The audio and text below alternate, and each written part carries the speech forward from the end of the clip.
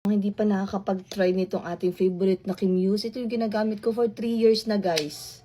As in, papakita ko sa inyo kung paano siya maging microblading ang effect. So, ganito siya, sis. Wait, easy.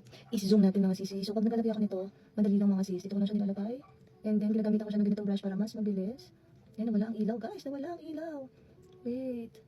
So, ayan. Sana nakikita ninyo, girl. So, part 2. Part 2, take 2, girl. Take 2, hindi part 2. So, ganito siya, mga sisi. Pag ang finished product, mabilis lang siyang i-apply, guys. Tapos, gamitan natin siya ng cotton bud. So, ayan yung finished product natin, mga sisi. So, ano lang natin siya, guys. Ipa-brush lang natin siya. So, this is long-lasting na siya, mga sisi. Look at that glow. Diba? Parang naka-microblading. Tapusin natin yung isa para mas makita natin. Perfect glow niya. Lagyan natin. Pigmented na pigmented talaga ito, mga sisi. I'm doing the black brown. So, ganito, guys. Ano lalagay ako? Taas lang natin para mas pantay. Ayan. Diba? Ang bilis lang naman yung i-apply sa kilay. Hindi ka na mahihirapan pa.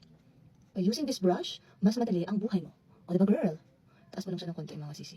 Diba? 1 minute lang. So, here's our final look of our Kimuse. I'm wearing the black-brown shade, guys. Dahil nga po, darker yung kulay ng aking buhok. So, depende yan sa kulay ng iyong buhok. So, nililinis ko lang siya using the cotton buds, mga sisi. Kung sa tingin nyo hindi pantay, di kayo na lang po ang mag-ayos. Okay? This is long-wearing, waterproof, and the same time, mga sisi, very easy to wear and to use. Kaya, if you like to try this one, I'm gonna send the link here sa yellow basket. Check out na! Thank you!